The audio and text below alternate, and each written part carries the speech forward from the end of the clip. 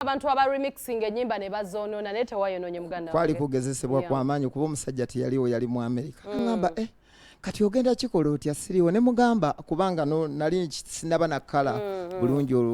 ska nga okyayina enkovu nangamba okay kati genda ogezeeko so bwe nakimuweereza n'akyagala ne ttiimu ye ya worship house nasana n'ekyagala so nebaza Mukama kuba nti yampa omwoyo ne siswaza luyimba lwa musajja enyabo. Okay, Lil Pazo. So ekibuzo kiri nti bintu ki byotegekedde abawagizi bo ng'oli atudde wali asuubire ki okuva leero okutuuka mu January gwe Lil Pazo nga gwe omuyimbi w'eggwanga bye bategekedde? Ekisookera ddala music wakubala tashi.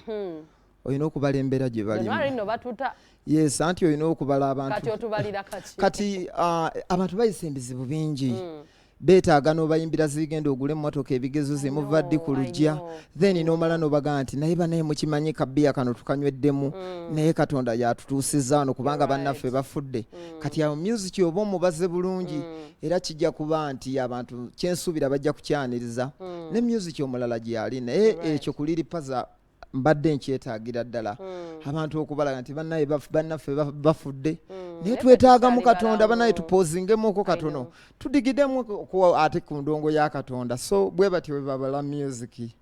obala situation. Okay, so according to that situation should we expect nti oluyimba lwogendo tuteerawo oba ye project so far yokajja olina paka January oba inayo project endala nalinayo ennyimba za dansolo ttiimu yange nebaga naye abantu bajja kundabanga omugwaga kati mbadde mu ddwaliro ate mu kifo ky'okwebaza Katonda nnyimba oluyimba lwa dansolo abantu okubagamba bannaye mukyeze munyenye obubina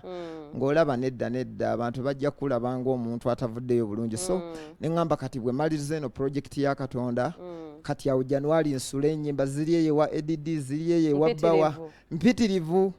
era ntambulira mu audience yange kubanga gatumaliriza Lil Pazo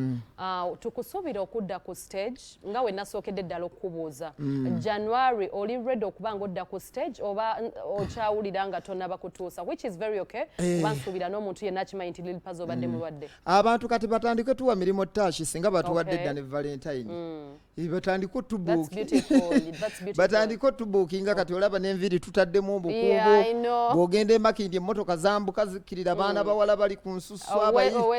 kubanga jjajja mwami munnaye muntu mukulu omuntu omukulu bw'aba ayogedde omuntu omukulu ne bwe mba mugula kibanja mugavuzeeyo okuze tetuyinza kukozesa ndagaano toyinza kulya bigambo so tajja kulya bigambo kyovola abaali bagenze mu kuvuba abayimbi abaali bagenze mu golodi abali bagenze mu kulima bonna bali makindi kati beetala bali ku nsusu balinze January batandika njagala okwebaza mikwano gyange gye mbeera nagyo ku WhatsApp ngisumbuwa nnyo ne mbaterayo ebintu byange naye ne baŋŋumiikiza ne babiraba mbatumiddeko abantu bange abali ku Facebook bannayuganda bonna bambeererawo mu bulwadde ninebaza ne BBS Telefina tutambudde ffenna nkakasa temunkoze bubi ate nange sibakoze bubi mwebale nnyo mwebalire ddala nnyabo naye webale kunkyazaako nnyabo oyo abadde Lil Pazo abalungi abali ku Telefina mbeebaza nnyo okubanga ate mwekumidde kutuca canche omulungi Florence tabaddewo naye ng'ate program weti wetambudde we gave you more of music ate ne tusembayo nga tubawadde omuyimbi w'eggwanga abadde mulwadde Lil Pazo tuzze tubibalaga ku roundabout n'ebisinga waawo era nga mbeebaza abali ku Facebook abali online ewaka n'abalala bangi nja kubasibulira wano musule bulungi mweraba.